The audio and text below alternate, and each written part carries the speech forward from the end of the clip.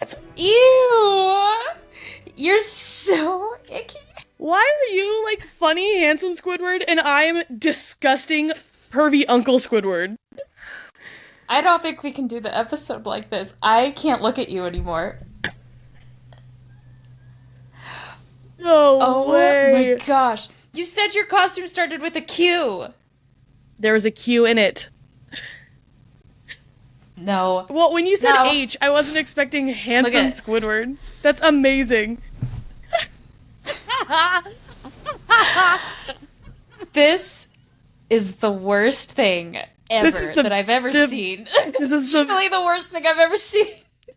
I think it's hilarious. I think there's a science here that both of us decided without ever speaking about it. Yes. Squidward was the theme this year. That's You guys- crazy. I forgot we were recording. I feel like I'm just talking to you. If you're not watching, you need to watch. A tradition that we started last year, which was our first Halloween episode, was that we will dress up, but then not tell the other person what we're doing prior to, so then we like see each other's live reactions.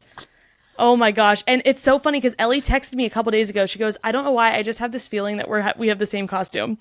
And I was like, there's no shot, because I did not think that you would do something like this. I really thought this was just more my tier of self-hatred to do this on the internet. Went all out. I got the morph suit. But then she said, what is your start with? And she said H. And so I was not thinking, like, that's too specific. Handsome Squidward. Oh, and then she said, what is your start with? And I lied to her face and I said Q. That is so impressive. Glued the eyebrows down and everything. I glued my eyebrows down and everything too. Full send. I will say I think you sent just slightly harder than me. But I don't know. My gosh. You went a little bit more all out with the full body costume, though. I just grabbed a shirt that looked similar to Squidward's color, and then I didn't even attempt to do anything else other than my face. But I'm going to be so for real. I'm going to end up being this for the rest of Halloween as well.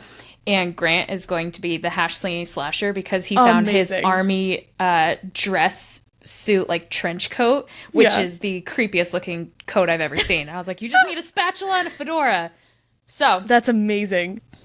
And I also had to cut out a hole because I couldn't log on with these. Oh my gosh. Welcome, everyone. Now that we got that out of the way, welcome to the L.A.M.E Book Club podcast. My name is Melissa, a.k.a. Squidward. I am Ellie, a.k.a. Handsome Squidward. I still cannot believe that we did the same thing this year. No. Anyways. No. Thank you so much for being here. Before we get into our spooky stories episode, we have just a couple quick updates. Patreon, if you don't already know, we have a Patreon now, and that's where our book club episodes will be. And we just recently, this last week, started Caraval, which has been very fun to talk through. Our first episode was chapters 1 through 10. So if you haven't already joined, or if you're just starting to read, you haven't missed too much. So there's still time for you to catch up and watch that episode. But it, like I said, it is only going to be available on Patreon. So go ahead, click the link in our bio. You can join there. And Ellie, do you have our patron shoutouts? I sure do. All right. We have Ewa. Ewa? Ewa? E-W-A. How would you... I'm the worst person to ask. I'm gonna... Ewa, final answer. Augusta. Kylan. Brandon. Lisa. Charlin or Charlin or Cherlin. Regardless, lovely name. And that is it. Yes, awesome. Yeah. Well, thank you everyone who joined. Thank you so much for all those who are already a part. We have a lot of fun there. And with that being said, we also love getting reviews on Apple Podcasts and Spotify. So Ellie has our review of the week. But before we jump into that, if you haven't already, and if you could, go ahead and leave us a review on Apple Podcasts. They only leave like written reviews on Spotify, but you can do a star, I guess, one there too. But we appreciate everyone. More than one, preferably, please. Yeah, well, true. Yes. But we appreciate everyone who has and who continues to do so. So thank you. But go ahead, Ellie, now with the review of the week. Now, Ellie. Okay, 5 Michelin stars is what this review is titled. It's 5 stars as well. And it says, literally can't recommend this podcast enough. If you have ears, I'd recommend you listen to this podcast. Which, funny enough, We do not have ears today. No. However, this comes from J.K. Buckner, and hopefully everyone here is listening does have ears, and you're not all dressed up as Squidward at the same time. Thank you, and I like the 5 Michelin stars reference. I can tell. I know. True fan. Thank you. 5 Michelin stars to you, J.K. Buckner. And if you don't already, go ahead and follow us on Instagram, or I'm trying to be better about TikTok, but we have one. YouTube, subscribe on YouTube. Everything's at L.A.M.E Book Club Pod. We appreciate everyone, and without further ado, we have 3 spooky stories. We have a lot of submissions, so seriously, thank you. Thank you to everyone who submitted. These were our top 3. There are a lot that we liked. And I know that we said originally, Ellie doesn't know I'm saying this, I'm making it up on the fly, that you would get a sticker if you're... Are you being Oprah Winfrey right now? I am. But everyone who submitted a sticker, we actually are going to send you a sticker. Submitted a story, we are going to send you a sticker as well. So thank you so much for doing that. And you get a sticker. And I love that. We're going to be doing a poll on our Instagram after this episode. So Monday, when this episode airs, for the best story. And the winner of the poll is who is going to get the swag bag. So there is a little bit of a call and response, if you will, the response on your end. And that the winner of that is who we will send our swag bag to. So that little bit of ground rules, I guess, before we jump in. And without further ado, Ellie, take it away. This is our second without further ado. So there was a little bit. There was a little bit of an ado to move further on. But I feel like Mariah Carey. This is my Mariah Carey moment of it's time. Okay. What? Why do I not know what that is? It's Christmas. Oh, yeah, but the it's time. Okay. Are you melting? Are you defrosting? I'm defrosting for Spooky Stories Halloween time. Yes. Okay, now I'm tracking with you.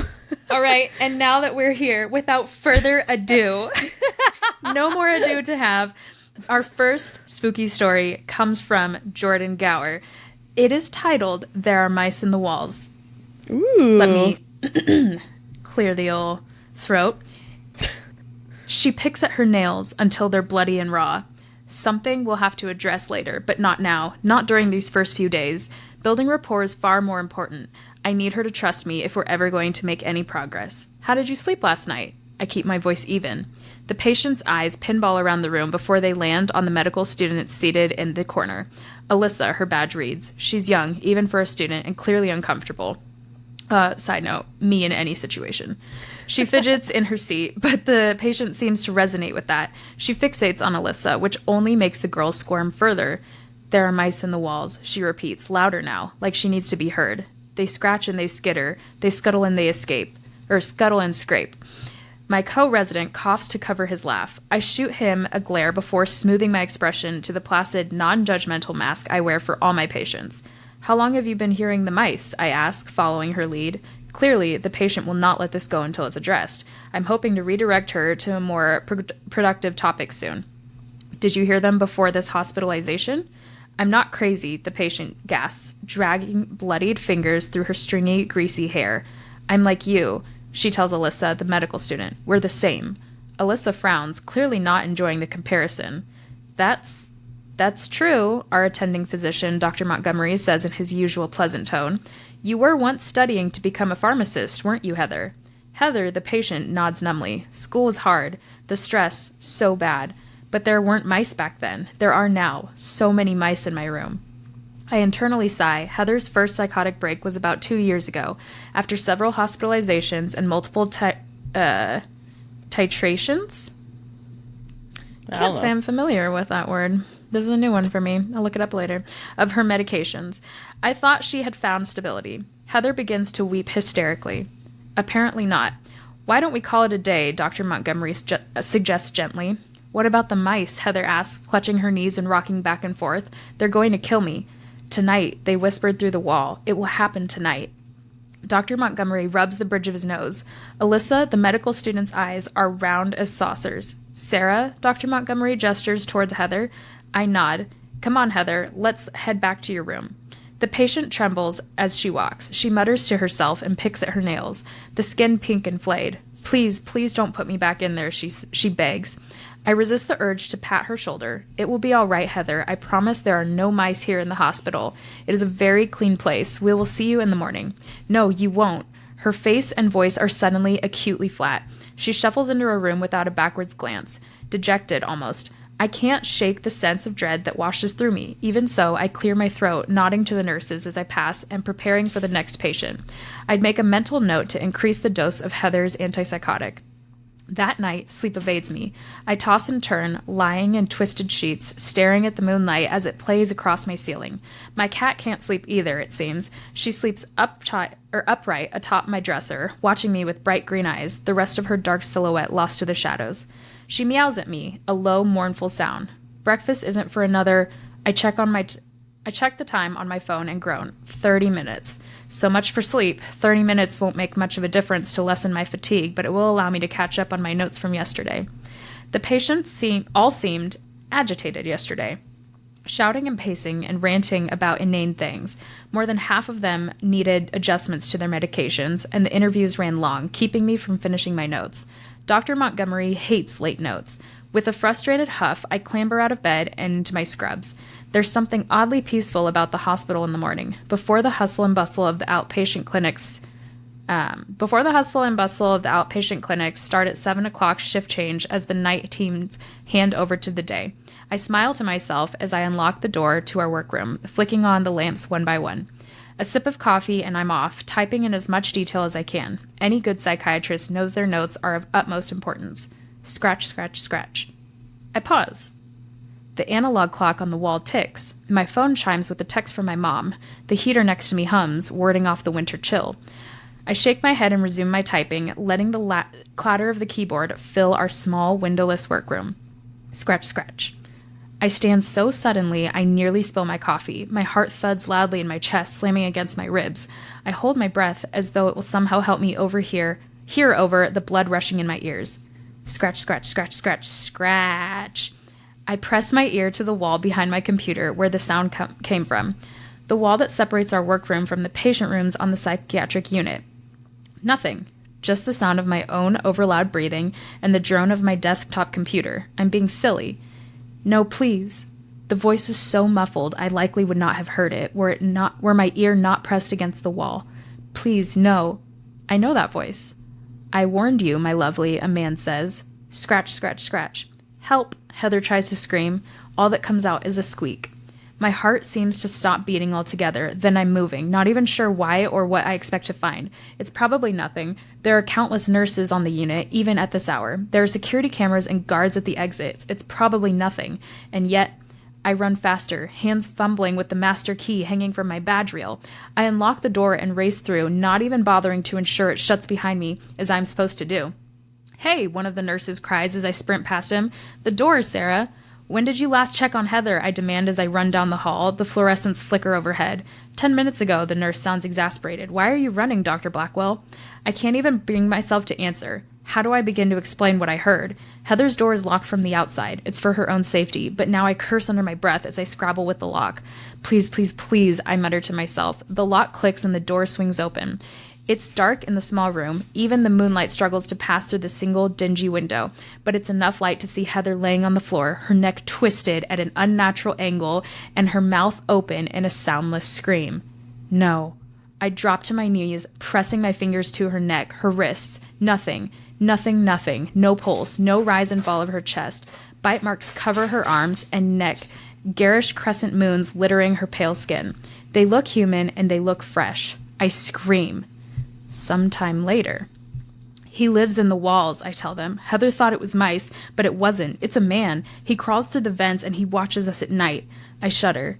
How did you sleep? Dr. Montgomery asks, trying to redirect me. I ignore his question and find Alyssa, once a medical student, now a psychiatry resident.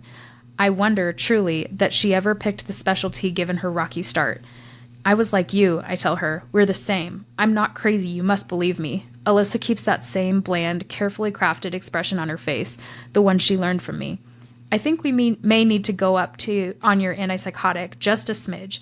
How does that sound, Sarah? She says in a placating tone. I'm not crazy, I stand. They all flinch back from me like I'm something to be afraid of, like my insanity is contagious. Please let me out of here. I think he'll kill me soon, just like he killed her. Heather's death was ruled a suicide, Dr. Montgomery says, clasping his hands behind his knees. She was a very sick girl. Just like you are, he seems to say with his condescending smile. I slump back down to my chair, defeated. They won't listen to me. They never do. Alyssa, why don't you grab the next patient and start without me, Dr. Montgomery says. I can walk Sarah back to her room. I trudge down the hallway with my former attending at my side. I ignore his scrutinizing gaze, unable to bear the thought of him seeing me like this. I was going to be like him once upon a time. We stop inside my room, Heather's old room. She had bite marks on her neck, I say. Dr. Montgomery seems distracted. Heather, how does someone manage to bite their own neck, or break it for that matter? Dr. Montgomery smiles wide, and there's something odd about how cold the expression looks on him. You were always a smart one, Sarah, he says, grabbing the doorknob and closing the door. Why don't you believe me, I whisper. He pauses. The door shows only a sliver of his face. I do believe you, my dear. A shame you couldn't keep your mouth shut and let things go. My stomach drops to my toes. I'll see you tonight, my lovely. The door swings shut and locks me inside. Oh, no. Chills and shivers. That was good. It was so good. I like the at the end too, how it like started essentially like the beginning, just with the original doctor. Yes. The plot twist. I truly, for such a short story, this grabbed me so well. I will say, I didn't know what to expect when it was titled "There Are Mice in the Walls" or something. I was like, interesting. Yeah, I get it, and I like it. Way to go, Jordan. Jordan Gower. Honestly, I think you should look more into writing if that's not already your career path, because that was fabulous. Well written, very descriptive. Totally set me in the scene. I just loved it. So. Excellent. That is what a way to start this episode. Short story 1. I know. Very strong. Very, very strong. Have you ever heard something at night and been like, there's something in the walls? Well, anytime I hear anything at night, rational thought leaves immediately, and I just assume it's 100% someone trying to break in, even if it sounds like an animal. I'm like, no, it's a person trying to sound like an animal to throw me off. But so no, I've never like assumed there was like an animal or anything like I don't think I've ever heard anything in the walls. But well, yeah. So I guess no. You also don't live in the middle of nowhere. True. We get a lot of mice here, and I hear mice often. Or do I? Just kidding. Ooh, but I do. Or is Dr. Montgomery in your walls? Alas, no. It is. They are chunky little mice that are just here for the winter. That's why we got Winnie. She's the cat, and she's not doing her job. I'll tell you what. We just had to set mice traps up, so not the best. All right, ready for the second book or second short story? Yes. This one is called "Where Is the Moose Meat At?" Now I'm gonna have you all know. Interesting. I have like a similar thought as the mice in the walls one. Now I'm curious where this one's gonna go. We were both like, I'm not sure, but upon reading the story, we were both like, this is up there. We have to do this one. So I think the term moose meat threw me for a loop. I do love an ironic title, so props to both of you for this, honestly. Have you ever had moose meat? No. The most exotic thing I've ever, meat-wise, I've ever eaten is deer. So I'm really not, I don't have any opinion on Yeah. I am a wimp when it comes to meat. We had a friend that hunted in Alaska, and he brought moose back and then put it in chili, and it tasted like beef. So regular chili. Yeah. Maybe I didn't. It's been years. But anyways, enough about me. More about Kirsten Goss, who is the Kirsten Goss, who is the author of this short story. And here we go. The family business. Oh, also, mind you, this one was slightly more gory. So if you have little sitting in the back of the car and you're listening to these, might be something to take heed of. Okay. Yeah. The family business was selling meat. We butchered all kinds of meat: lamb, beef, pork, even chicken. While locals and travelers loved our meat, we really specialized in game hunting. Everyone raves about our game meat. I would know because I'm always working the counter. Every weekend, I would sit on the old wooden stool behind the cash register, lay out my word puzzle, and wait for customers. All kinds of peoples would come in. They'd say things like, I heard you have the best quail in Colorado, or this is the only place where I can get an authentic mountain goat. I did not know people ate mountain goat. I'm gonna level with you, Kirsten Goss. Just threw me for a loop. Most people around these parts know that hunting certain animals is illegal. That's why they've come to us. But, I get it. There it is. But sometimes we'll get nosy travelers who ask how we got the meat. I just smile while packing their order and say something like, we know a guy, and wink. I know everything about the family business. My father has practically been training me since I was 10 on how to run the counter and pack people's orders. Everyone in town used to call me the counter girl whenever I wasn't in school. I was behind the counter. When I turned 14, he even started taking me on hunting trips with my brothers. My father was very open about how to run the business and told me almost everything. The only thing I didn't seem to know much about was the moose meat. While most people asked for pork or maybe goat, we occasionally got an order for moose meat. While I could usually handle most orders, father always told me to ring him whenever we got an order for moose meat. He'd come from the back, shake the fellow's hand, and lead him back into the storage area himself. I never understood that because no other customers were allowed in the back area. And I'm not talking about the normal butcher area, I'm talking about father's special freezer. He doesn't even let me in there. After a while, the customers will come out, meat in hand, to be rung up by me and leave with a broad smile on their face. It was honestly quite annoying whenever I would ask my father why I wasn't allowed to join. He'd say something like, I'll tell you everything when you're 16 and grown up. This was also confusing to me as I was always told I was quite mature for my age. People were always amazed that a little girl could run the shop so smoothly. Plus, it's not like I don't know about blood and death, but my father always stood firm and would tap me on the head before going back to work. It wasn't until my 16th birthday that I really understood what he meant. I still remember the night we went hunting. My father woke me up out of my sleep in the dead of night. I almost screamed when I opened my eyes and saw a tall, masked figure leaning over me. The mask covered everything on his face except his eyes, which were hidden by ski goggles. The waning moon illuminated him as he stood in my junky room. I could see myself in the reflection of those goggles. I looked disoriented in my pajamas. The short brown hair on my head looked like a small bird's nest. I rubbed at the smeared eyeliner I forgot to take off after crashing into my bed. "What are you doing?" I whispered. My voice sounded hoarse. My father took a step back, bumping into the happy birthday balloons from earlier. He swatted them away before replying, "We're going hunting. Get up." He threw a matching outfit that I didn't notice he had with him on the bed. I stared at him, waiting for an explanation he apparently wasn't going to give. He was walking toward the door, picking up the hunting gear he left at the entrance. He only stopped when he noticed I wasn't moving. "Today's the day you learn how to hunt a moose." My eyes widened, and suddenly I felt more awake than I've ever been. I got dressed and followed my father through the silent house. Peaks of moonlight streamed through the windows, lighting our path. I had so many questions, but my father wasn't saying much, so I stayed silent as well. My packed hunting bag was sitting by the front door. I didn't even have time to check what was inside, as my father was already walking towards the truck. Something caught my eye when he passed underneath the singular streetlight. "Are those new hunting boots?" I called out, staring at the black-laced boots. I rolled my eyes when he responded with a grunt before getting into the truck. I got in the passenger side, and we pulled out onto the road, accelerating at a fast pace.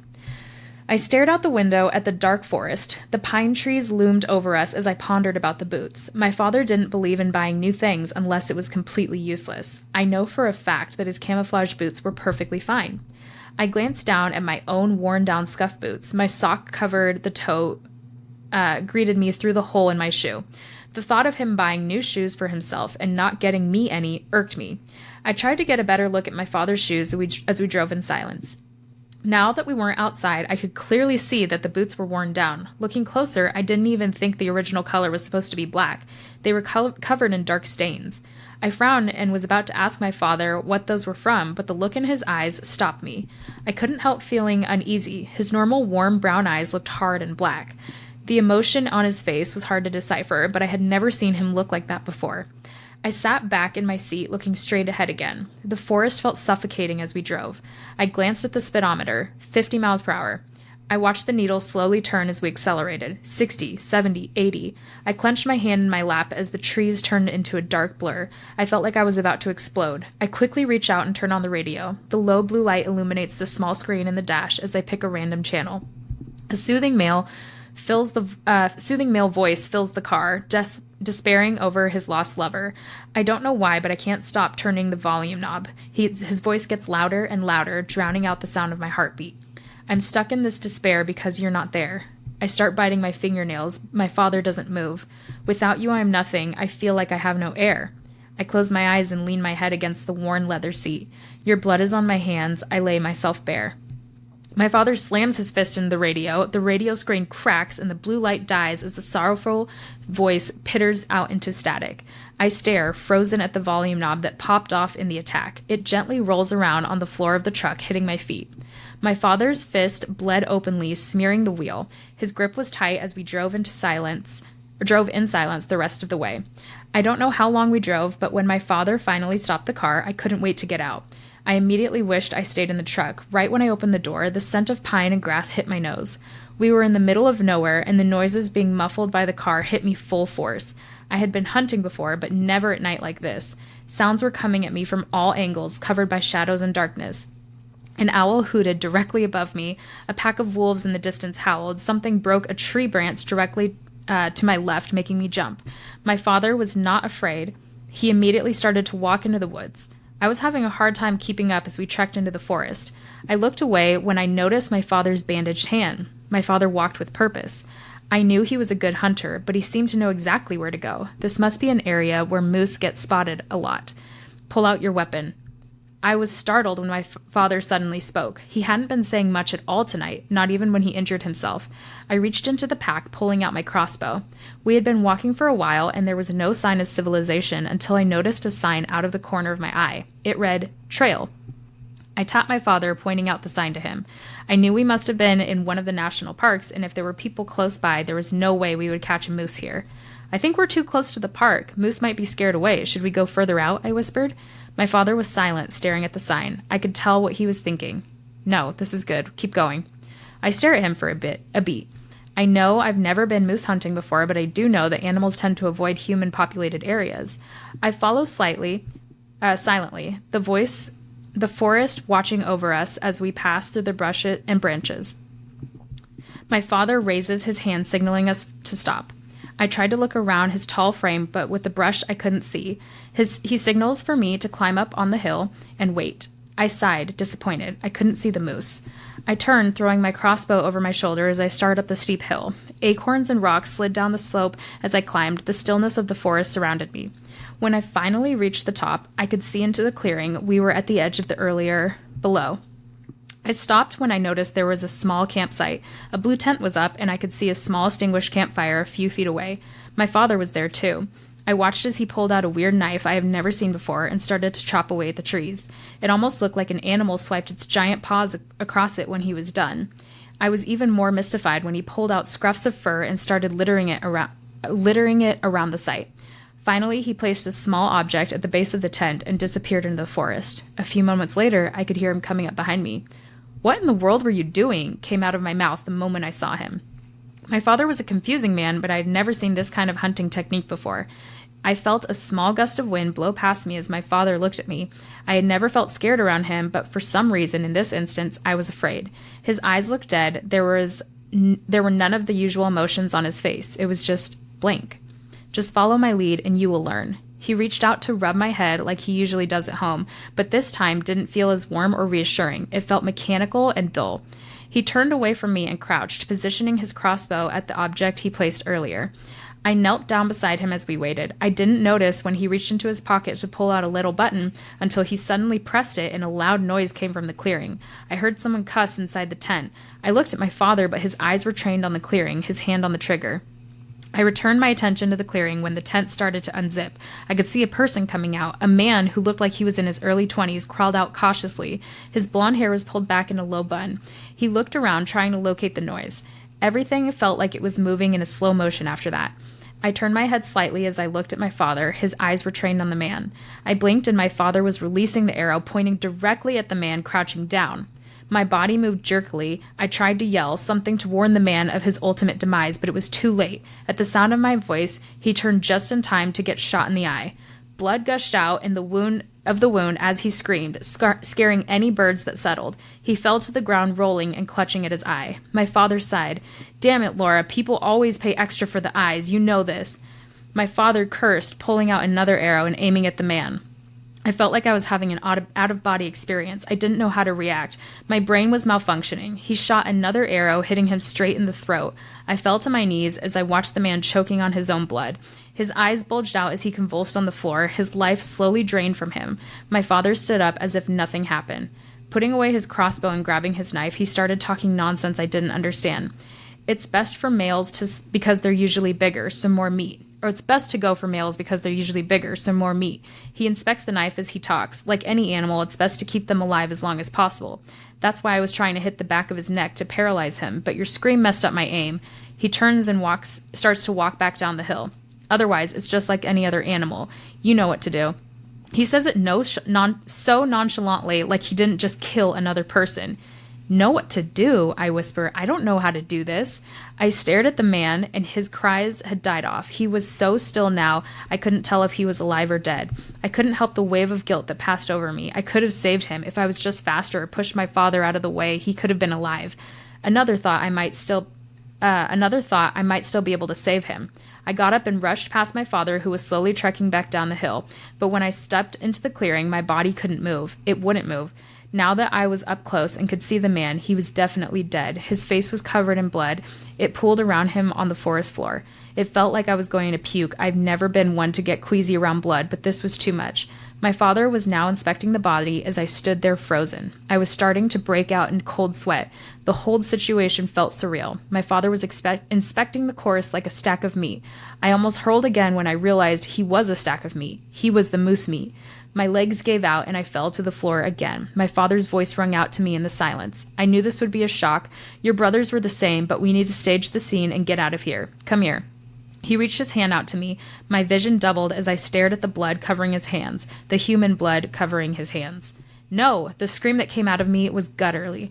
I stared at my father in disgust. I didn't know where this anger in me came from, but I was livid. How dare he act like this was something normal, some normal hunting trip. He didn't even warn me, just shot him and killed a man. My head was starting to pound. I could feel my heartbeat ripping through my chest. I was so transfixed on the body, I didn't notice the figure sprinting across the clearing until it collided with my father. My eyes widened as I watched the man and my father fight. He had blonde hair and eyes that were just like his, except his eyes were full of rage and hate. I don't even try to look at the man lying on the ground now. His scream almost sounded animalistic as he attacked my father with a small cutting knife. He stabbed at him over and over. A few landed, but my father was tough and fought him off until his knife stabbed him in his injured hand. My father fell, losing the advantage. His grunt of pain broke me out of my trance. It dawned on me that this man was going to kill my father. I raised the crossbow almost instinctively, training it on the man, but something was stopping me. In that split moment, I made eye contact with my father as he fell. His eyes weren't dead anymore, but they weren't alive. In that second, I understood that this was the family business, and I pulled the trigger. Boo! Yes, that was I will say, I am proud of myself because as soon as she was like, except I don't package the moose meat, I was like, I'll bet it's a person. So props to me for guessing that. Criminal Minds. But I know. I will say Criminal Minds did help. But I was not expecting that ending still. It still had a little bit of a twist that I didn't see coming. You know, I like a good plot twist. I am a sucker for those. That's the family biz, yeah? That's the so Italian. I wish I could make the nose like scrunch like his does, but well, that's not. You know, there's something truly like unsettling and off-putting in itself. I felt like reading this story, talking about blood and gore and human meat and killing, and I look into the screen and I am Squidward, and it just felt honestly so weird. No, it's intentional, even if it's subconscious, because, I mean, these are very good. I mean, they're very good stories, but they are dark and twisty, and that's spooky, and, like, that's the whole point of Halloween. This really lightens the mood. It adds a little... It's called balance. Air of just whimsy. We're not taking it the Harvest too serious. Festival portion of the Halloween night. You know what I'm saying? Exactly.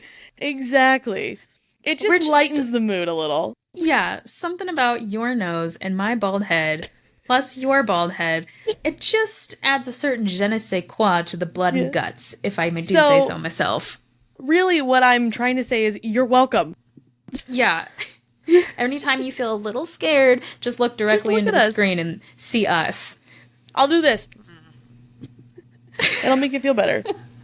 That does make me feel better. All right, guys, we have but one story left, and this comes from the Clarence Delgatti. What a name. All right. Are you ready for the very last one? There was no title on this one either, so... Correct. No name submission. We're just going to jump right in, Clarence. It was a good one. So, these damn bugs. I am so ashamed. I've been married to the love of my life for 7 years now, and even though she doesn't say it, I can feel it. She's disappointed. We both work hard, but it's still not enough for us to move. The apartment isn't that bad. The space is tight, the neighborhood is less than great, but the thing that gets under my skin the most is the bugs. With each roach I catch a glimpse of, my failure is elevated. But Sarah is so good to me. She's never complained once, always finding the bright side and optimistic of what's to come. Which is helpful, since what's to come is our baby. She's going to be the best mom. She's able to soften the hard world that has a glow to her that is infectious. I have no clue how I was able to get the opportunity to share my life with her. I could stare at her for hours, days even, until another bug flashes by and I'm brought back to my harsh reality. I'm feeling the pressure on all sides. Now that a baby is on the way, everyone is making it clear that this place is no home for a baby. Even when they think they are being subtle, it's as if they are screaming it in my face. I know I'm not enough. I don't need you to remind me. She's the polar opposite, though. She talks about how we can clear out this space in the corner for the crib. I know she feels the same way. This is not a place to raise a baby, yet she never makes me feel like it. Whatever we have is enough. I wouldn't still be here without Sarah. A couple years after we got married, I lost my job, but mainly I lost all drive and sense of identity. I wasn't even looking or applying anywhere. I would just get high and then lie to Sarah about interviews and applications. Sometimes she travels for work, and when she would be gone, I would drink myself to forget everything I wasn't. I'd lose track of the days, and before I knew it, she'd be home. Those were the only nights I didn't hate the bugs, but they would talk to me.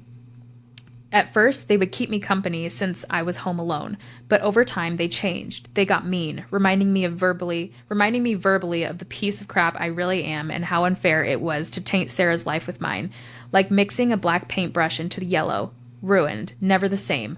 My life forever staining hers, forever. One day, when she came home from traveling, I confessed all of it to her. I'm sure she knew from day one, but she listened, she heard me, she saw me. Sarah helped me get back on track, and things have been better since, except for the fact that we're still here. The bugs still remind me of all that I'm not. They don't use words anymore, but each one I see still conveys the same message. Things will be better when the baby gets here. I mean, it has to, right? As long as I have Sarah, that will be enough. She's traveling for work right now, and I'm a bottle and a half into the night. I haven't drank in a while, but I just didn't want to feel the pain. With her gone, I feel like a balloon that didn't get tied down, floating aimlessly, not grounded. It's only for 2 days, but that's too many for me to be alone and forced to face myself. I make my way to the bed. A bug scurries by, and I could have sworn I heard it say something. I pull off my shoes and toss them on the floor. My left shoe almost lands on something with 50 legs. Loser. It recedes into the shadowed corner. I knew I heard them. I close my eyes and hope more than anything that I can just fall asleep. Tomorrow she'll be home. I need Sarah. Minutes stretch into hours. I can't sleep. How could anyone be expected to sleep with the constant noise of these bugs crawling around and their whispers? They keep getting louder. This house isn't enough. My paycheck isn't enough. I'm not enough. I feel one. It's inside my head, on my brain. Each inch it moves across my skull, reminding me of how I don't deserve her, how I should kill myself. They'd be better off without me. I yell at it to leave me alone, for all of them to get out and leave me alone.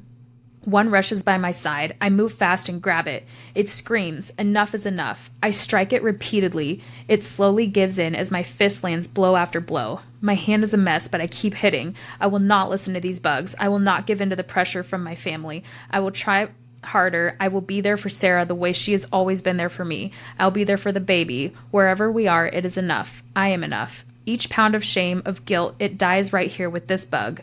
My hand is mangled, the remains of my tormentor reduced to a bloody pulp. Victorious, tomorrow I'll get my hand checked out, and more importantly, I'll show Sarah how things are going to change. I can start to give her a fraction of all she's given me. Sleep comes much easier, and I'm out with like a light. The morning sun creeps in through the broken blinds, and the warmth of all of it wakes me up. Last night was rough, but worth it. I survived myself and came out better on the other side. My face is glued to my pillowcase as I lift my head. I reach up to pull it off, and like a brick wall, I am reminded of the pain in my hand. I separate my face from the pillow and sit myself up. My hand is swollen 3 times over. I'll need to clean up before Sarah gets home. I look over to see what's left of the bug before I rip off the sheets to toss them in the wash. In an instant, I'm frozen. It's Sarah. Her face caved in, laying there, dead. She was the bug. She was the bug. Oh no. Devastating. That one's good. Like, I know. Sad good. Sad good. Scary good. I'll tell you way to what. go, Clarence. My heart sank when I read this. Because what I loved about this one is that it's so obvious, like, Sarah is, like, he would never do that to Sarah, but he's so not in his right mind. I just feel like it was well done. Yes, well done, Clarence. Yeah. Also, I have one honorable mention that it's not long, so I just wanted to throw this in here. You gonna read this one? I sure am. This one, I'm 99% sure it's by Alex Willis. It didn't have a name on the actual story, but based on all of the other names, this was the only one left. I think it's just Will's. Oh, it is. It's Will's. Alex Wills. So sorry about that. But this is how it goes. It says, this is the spooky story. I spilled my Starbucks on my new white jeans. My crush proceeds to walk by. Oof. And there is nothing scarier, truly. There so is way to go, truly Alex. Nothing worse. Honestly, at first, I read that a couple times and I was like, oh no, they didn't submit the rest of the story. And then it clicked. I was like, that is the story. And my God, that's not scary. Oh man. I think I have way too many of those stories. One time I split my actual pants. Like, I remember. SpongeBob theme. Do you remember? Oh, so true. I think so. Maybe I'm making it up. Was I there? Wasn't that school? No, you weren't there. No. Oh. No, that have didn't you split your pants more than once? No. All right. Then I am knowing me, it's likely yes, but no, it did not happen. I was just at a boyfriend's house. This is like my first time hanging out with him and his family, and I was so excited. And it wasn't even like, oh, we'd spent the whole day and then my pants split. And it wasn't like, oh, they just split on accident. I was trying to be a little braggy and little like, watch what I can do. And you know how like you can sit in a butterfly position? Yeah. Yeah, I was like, I can like put my whole head on the ground because I'm so cool. And I did it, and my pants like right down the middle. Nice. And we were in maybe the first 30 minutes. You know how you do at a boyfriend's house for the first time. Want to show them your butterfly with your head on the ground. Exactly. Naturally. Yeah. So incredible. In the same way, did you have to leave? My horror story.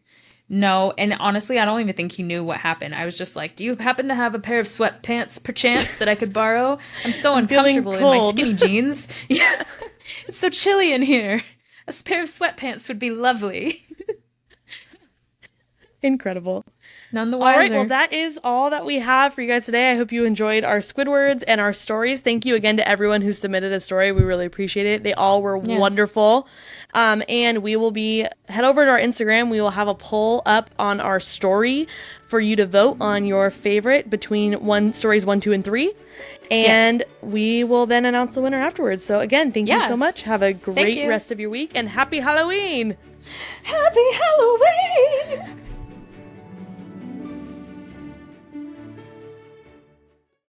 We're back. We're back. Just with like a little, really quick bonus content for you. I insisted as soon as we were done back on the episode. Ellie was like, "You have to do this again." As soon as we were done recording, I pulled off my nose, and I had a revelation that I am inverted mermaid man. It's worse. That looks so funny. So that's all. Have a great rest of your week. Bye.